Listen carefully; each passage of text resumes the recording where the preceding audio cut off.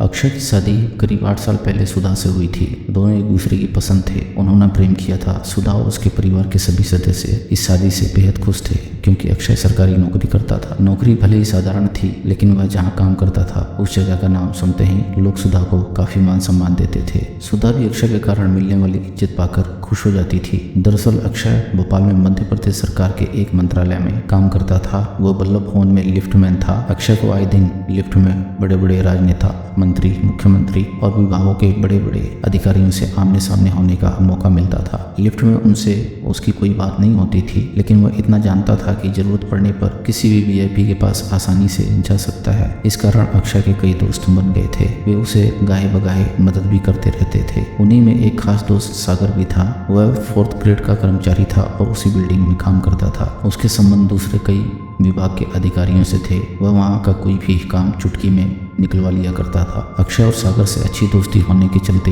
दोनों फुर्सत में अक्सर साथ बैठते थे, एक दूसरे के सुख दुख की बातें करते थे, भविष्य की योजनाएं बनाते थे, परिवार की खुशहाली की बातें करते थे, पारिवारिक समस्याओं का समाधान निकाला करते थे। इस सिलसिले में कई बार अक्षय की पीड़ा आंखों से छलक आती थी। जब वह मायूस हो जाता था तब सागर उसे समझाता हुआ हिम्मत बंधाया करता था। अक्षय के बुलावे पर सागर उसके घर भी आने जाने लगा था। सुधा उसे कभी भी बगैर चाय पिलाए वापस नहीं जाने देती थी। अक्षय की तरह सुधा भी उससे पारिवारिक बातें किया करती थी। घरेलू सुविधाओं और अच्छे रहन सहन की कीमतों को दूर करने को लेकर चर्चा करती। उनका 4 साल का बेटा भी सागर से काफी घुल मिल गया था। देखते ही देखते सागर अक्षय और सुधा के परिवार का एक अहम सदस्य की तरह बन गया। जब वह 2 दिनों तक घर नहीं आता तब सुधा अक्षय से उसका हाल चाल पूछ लिया करती। इसी के साथ सुधा को बेटे की पढ़ाई शुरू करने की चिंता भी सताने लगी थी। कॉलोनी में रहने वाली औरतों के साथ जब उठती बैठती थी तब सभी अपने अपने बच्चों की प्राइवेट स्कूल में एडमिशन की बातें करती थी। पढ़ाई पर आने वाले खर्च की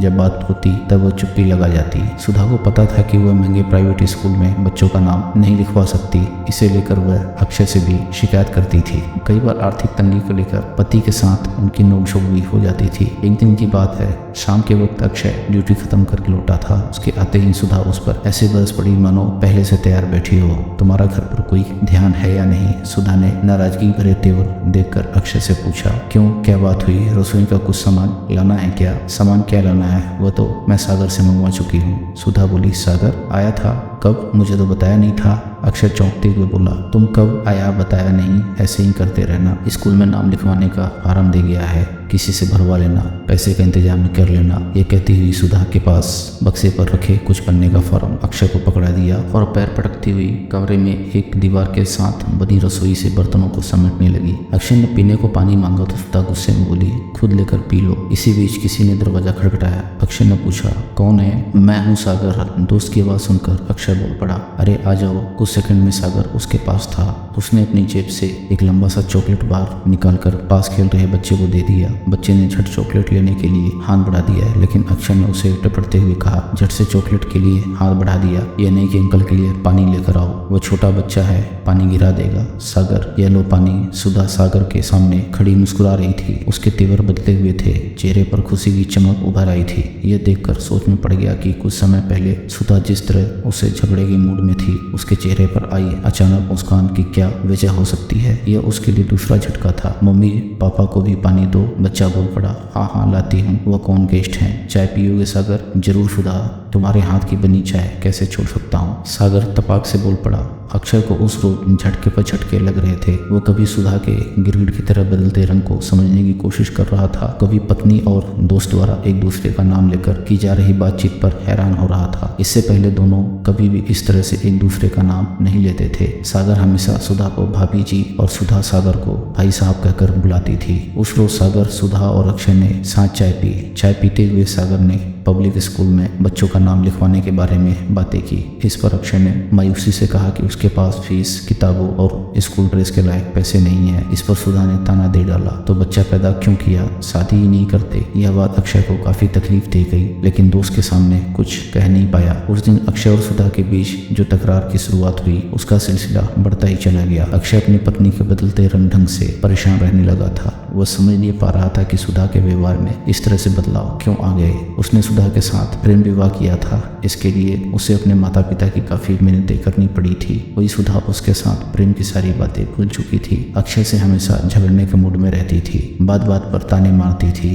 किंतु सागर की तारीफ के पुल बांधने से पीछे नहीं हटती थी। सुधा की जुबान से सागर की तारीफ ऐसे निकलती मानो उसके सामने उसकी कोई औकात ही नहीं थी। एक तो कोरोना लॉकडाउन की वजह से वह पहले ही परेशान हो गया था। काम के दौरान उसकी थोड़ी ऊपरी कमाई थी, वह एकदम से बंद हो चुकी थी। सागर अब अक्षय की गैर मौजूदगी में सुधा से मिलने उसके घर आने लगा था। वह अक्षय से भी काफी कटा कटा रहता था। उनकी दोस्ती सिर्फ दुआ सलाम तक ही थी। घर आने पर अक्षय को हमेशा सुधा के मुंह से सागर की बातें ही सुनने को मिलती थी। अक्षय समझ गया था कि सुधा और सागर के बीच प्रेम संबंध बन चुके हैं। इसका उसे सबूत सागर द्वारा दिए गए गिफ्ट से मिल गया था। अक्षय ने जब इस बारे में सुधा को टोका तो उसने भी खुलकर कह दिया था कि वह सागर से प्यार करती है। उस रोज भी सुधा और अक्षय के बीच काफी तकरार हुई। अगले रोज जब अक्षय ड्यूटी से घर आया तब उसने कमरे के दरवाजे पर ताला लगा पाया। वह चौंक गया। उसी वक्त पड़ोस से एक लड़का भागता हुआ आया और उसे चाबी पकड़ा कर चला गया। अक्षय ताला खोलकर कमरे में दाखिल हुआ। कमरे की हालत देखकर वह हैरान रह गया था। बिछावन पर कागज, रस्सियां और पॉलीथीन की थैलियों का कूड़ा बिखरा हुआ था। सामने नजर उठाकर देखा,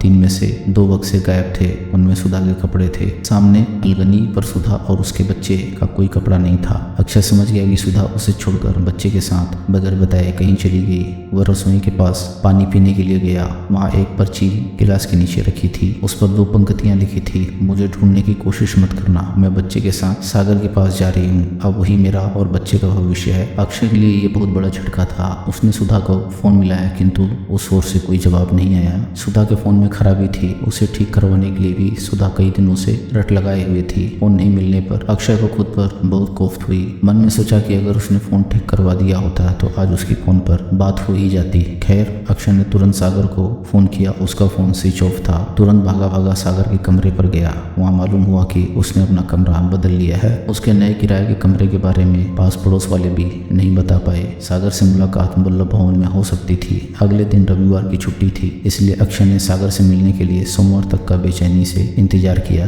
बगैर कुछ खाए पिए वह सो गया। रविवार को भी जैसे तैसे बच्चे और सुधा की याद में खोया रहा। भूख तेज लगने लगी, तभी किसी तरह से उसने खिचड़ी बनाकर खा ली। सोमवार को अक्षय समय से पहले ऑफिस पहुंच गया। पहले वहां गया जिस सेक्शन में सागर की ड्यूटी थी। सागर ड्यूटी पर नहीं आया था। उसके साथ काम करने वाले ने बताया कि उसने 2 हफ्ते की छुट्टी ले रखी है। किसी ने बताया कि वह शादी में अपने गांव जाने वाला था। शादी की बात सुनकर अक्षय के पैरों तले जमीन खिसकती नजर आई। वो समझ गया हो ना हो वह सुधा को लेकर गांव चला गया हो, उससे शादी करने वाला हो। वैसे भी उसकी शादी की उम्र निकल चुकी थी। वह काफी गुस्से में आ गया था, लेकिन क्या करता, किस पर अपना गुस्सा निकाले समझ नहीं पा रहा था। नाराजगी सागर पर थी, लेकिन सुधा की बेवफाई से भी वह आहत हो चुका था। जैसे तैसे करके 3 दिन बीत गए। सागर के बारे में पता लगाता रहा। हाट बाजार में बेवजह घूमता रहा कि शायद सुधा या सागर दिख जाए। एक दिन उसने पुलिस में शिकायत दर्ज कराने की सोची, फिर बीवी और अपनी बदनामी के डर से चुप रहा। उसे विश्वास था कि सुधा को उसका प्रेम एक न एक दिन खींच लाएगा। इसी उधेड़बुन में चौथे दिन उसे सागर के